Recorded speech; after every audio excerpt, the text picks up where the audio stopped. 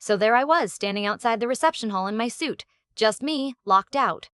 My phone was dead, the sun beating down on my forehead, and through the windows I could see everyone inside.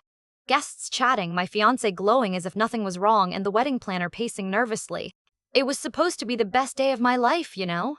The day I finally got to marry the woman I'd been dreaming about for years. But nope. Instead, I was outside, looking like the punchline to some twisted joke, while everyone probably wondered if the groom had suddenly vanished into thin air. You ever had one of those moments where everything goes so completely off the rails? Like the kind of thing you think could only happen in a movie, but then, surprise, it happens to you. On one of the most important days of your life, no less. I mean, what's the worst mishap you've ever had on a date that was supposed to be perfect? I bet you have a good story. I know I do now. Anyway, back to me. There I was, standing with the door locked tight in front of me, my suit slightly rumpled from pacing back and forth, trying every possible angle to get someone's attention. But with my phone dead, I was pretty much stuck. It's like being cast out of your own party. Everyone inside was probably wondering if I'd run off nervous or had gotten cold feet or, hell, maybe immediately regretted everything. I could almost see the wedding planner shooting daggers at the door as if to say, "How did you manage to do this to me?" It sounds crazy, I know, but yeah, I locked myself out of my own wedding, which honestly I never thought would be a story I'd be telling my kids one day, and yet here we are. So, how did I get myself into this mess? That's the whole thing I'm about to tell you. But first, can you imagine standing there, watching your own wedding unfold indoors while you're stuck on the outside? Because that was me just minutes before it all began. The morning had started off like one of those perfect movie scenes, you know? Blue skies without a single cloud in sight, the kind of sunshine that makes everything feel alive and promising. Our little countryside venue was buzzing but calm, just the right mix of excitement and serenity. Guests trickled in, hugging, laughing, trading stories. My fiancée, let's call her Emma, was a vision, absolutely radiant with that nervous but happy glow that made her eyes sparkle like they knew a secret only she was in on. I was, of course, the groom. The guy who's supposed to be calm, collected, and ready to walk down that aisle like it's no big deal. No pressure. Being on time and ready was kind of my whole job that day. The ceremony was scheduled to start at noon, and if I wasn't standing up front, I might as well have been invisible. I'd rehearsed my vows in my head so many times I could probably have recited them in my sleep. The last thing I wanted was to show up sweaty, disheveled, or, God forbid, late. So there I was, coffee in hand, tying my tie, and thinking about how soon I'd get to see Emma at the altar when I decided to check on a few last-minute details inside the reception hall. Maybe peek at the flower arrangements one more time, you know? It was just a harmless little stroll around the building, which, looking back, was the very beginning of everything going wrong. I opened that heavy wooden door, and as I stepped inside, I kind of had this feeling I should have left my keys on the table since the venue was locked up tight and the only other entrance was through the main doors, which were, closing behind me. Yep, in that brief moment of distraction, I managed to shut the door and, well, immediately realized it locked behind me. No key, no friend with a spare key, no plan B. And suddenly I was flapping like a fish out of water, standing there with that sinking, ridiculous feeling of, wait, did I just lock myself out of my own wedding? Honestly, it could have been a joke in a sitcom, except it wasn't funny, not yet. Not with my heart pounding and the ceremony ticking closer by the second.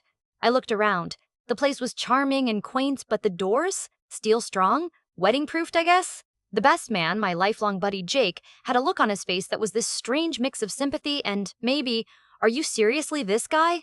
The wedding planner hovered nearby, clipboard in hand, looking like she was handling a million tiny fires but was about to have a forest blaze at any moment. No one had a spare key. No one. That was the brutal truth. And then it hit me. What does a wedding even look like without the groom? Does the officiant start anyway? Do the guests start whispering, wondering if I'd just vanished into thin air? Would Emma freak out, standing there at the altar, scanning the crowd for a missing face that was supposed to be front and center? The stakes suddenly felt incredibly real. This wasn't just a minor hiccup. This was the sort of thing that could snowball into a complete disaster. The kind of moment where weddings become infamous family stories forever, but not in the way anyone wants. And so, with a deep breath I probably shouldn't have taken since it just made my suit feel tighter, I realized that mission number 1 was, somehow, I had to get back inside, one way or another. But how?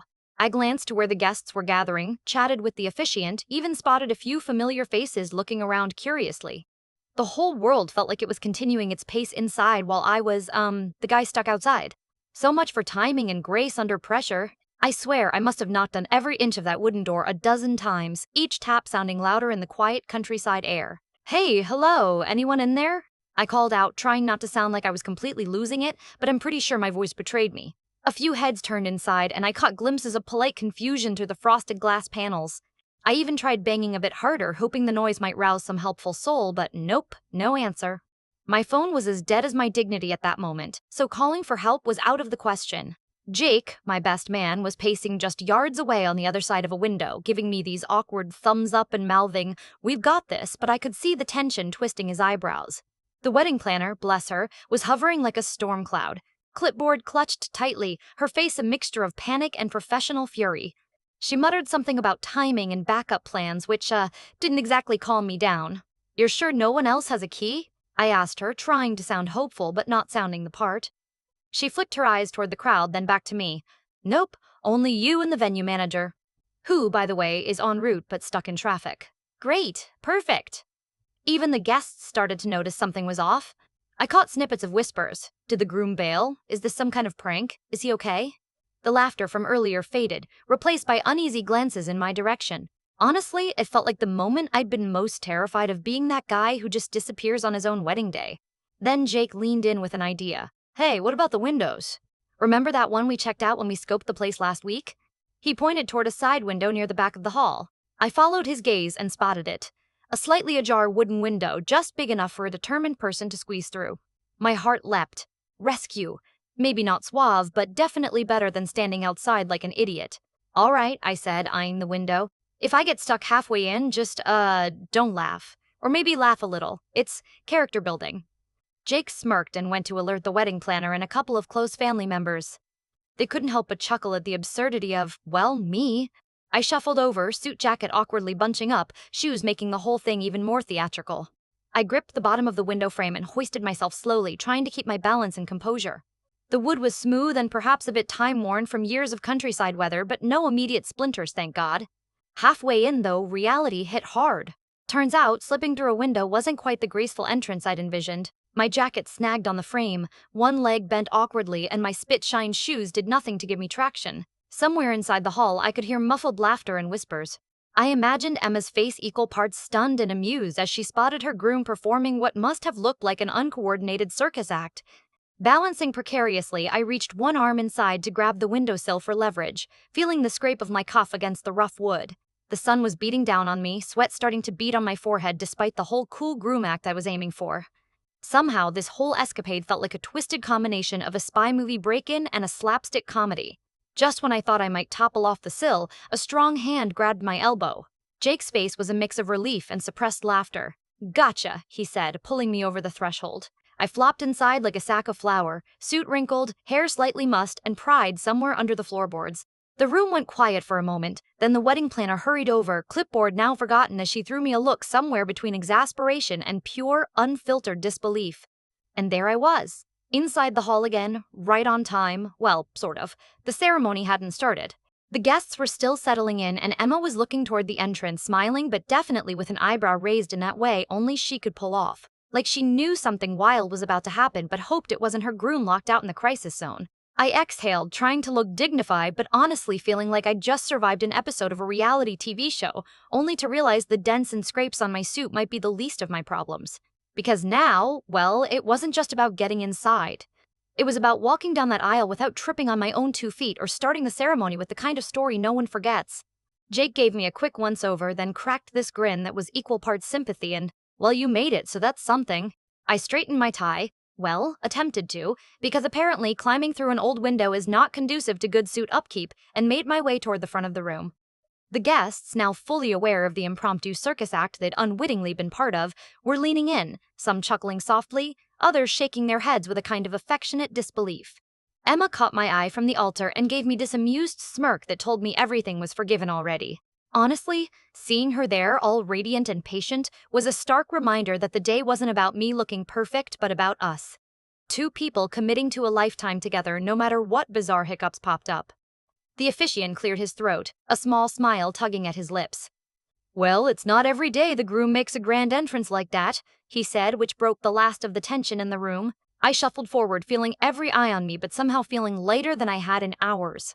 The ceremony itself? Magic. Somehow, all that chaos melted away as Emma and I stood side by side, hands entwined, exchanging vows.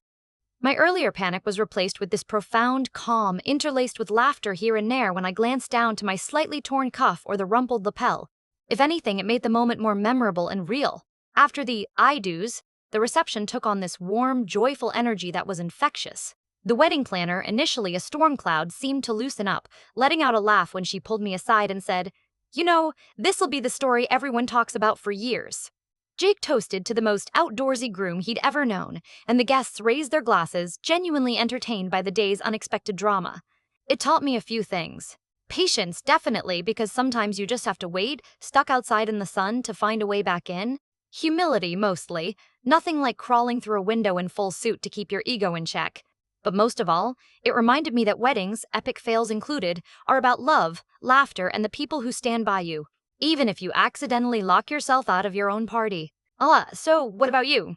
Have you ever had a disaster that seemed like the end of the world but turned into one of your favorite stories? I'd love to hear them because, well, these are the moments that make life unforgettable.